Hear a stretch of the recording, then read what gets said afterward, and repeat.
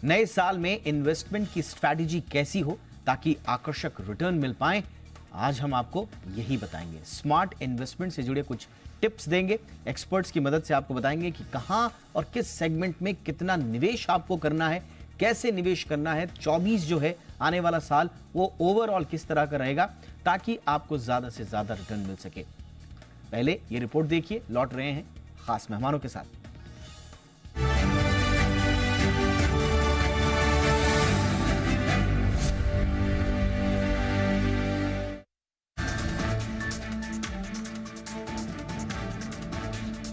नए साल में निवेश ऐसा कि बरसे पैसा। जाहिर है इसके लिए स्मार्ट इन्वेस्टमेंट प्लान का होना बेहद जरूरी है, यानी निवेश की स्ट्रैटेजी बिल्कुल पुख्ता होनी चाहिए।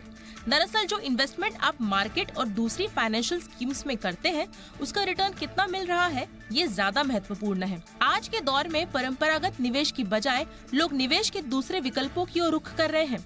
खासकर जितनी तेजी से देश में डीमैट खाते खुले हैं, उससे साफ है कि लोगों का शेयर बाजार की ओर रुझान बढ़ा है।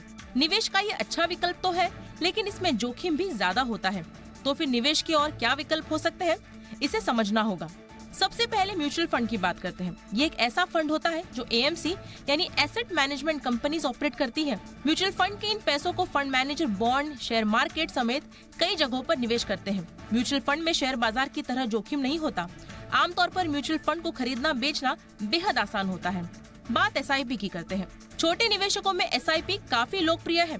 इसमें मंथली 500 से 1000 रुपए से भी निवेश शुरू किया जा सकता है। कोई भी एसआईपी के जरिए म्यूचुअल फंड में निवेश कर सकता है। इसमें बाजार में होने वाले उतार चढ़ाव से जुड़ा जोखिम बेहद कम होता है। आप एसआईपी को कभी भी रोक सकते हैं। इसमें लॉन्ग टर्म में बेहतर रिटर्न मिलने की उम्मीद रहती है। आजकल सॉवरेन गोल्ड बॉन्ड में निवेश का चलन भी खूब बढ़ा है। इसे सरकार की ओर से आरबीआई जारी करती है, इसलिए इस पर सरकारी गारंटी होती है। सॉवरेन गोल्ड बॉन्ड 8 साल के लिए होता है, जिसमें 5 साल से पहले रकम की निकासी नहीं कर सकते। इस पर 2.5% का सालाना ब्याज मिलता है। फाइनेंशियल प्लानर भी कहते हैं कि पोर्टफोलियो में निवेश का कुछ हिस्सा गोल्ड के तौर पर होना चाहिए। आप ईटीएफ के जरिए भी गोल्ड में निवेश कर सकते हैं। नौकरी पेशा लोगों के लिए बुढ़ापे की लाठी के तौर पर एनपीएस सबसे सुरक्षित निवेश है। ये एक सरकारी निवेश की स्कीम है। एनपीएस के तहत कर्मचारी रिटायरमेंट के समय कुल जमा राशि का 60% निकाल सकता है। बची हुई 40% की राशि पेंशन योजना में चली जाती है। एनपीएस खाते में नियमित रूप से निवेश करना होता है। इसके अलावा सरकारी बैंकों के रिकरिंग और फिक्स डिपॉजिट भी सुरक्षित निवेश में से एक है। इसमें किन्हीं भी परिस्थितियों में आपका पैसा नहीं डूब सकता।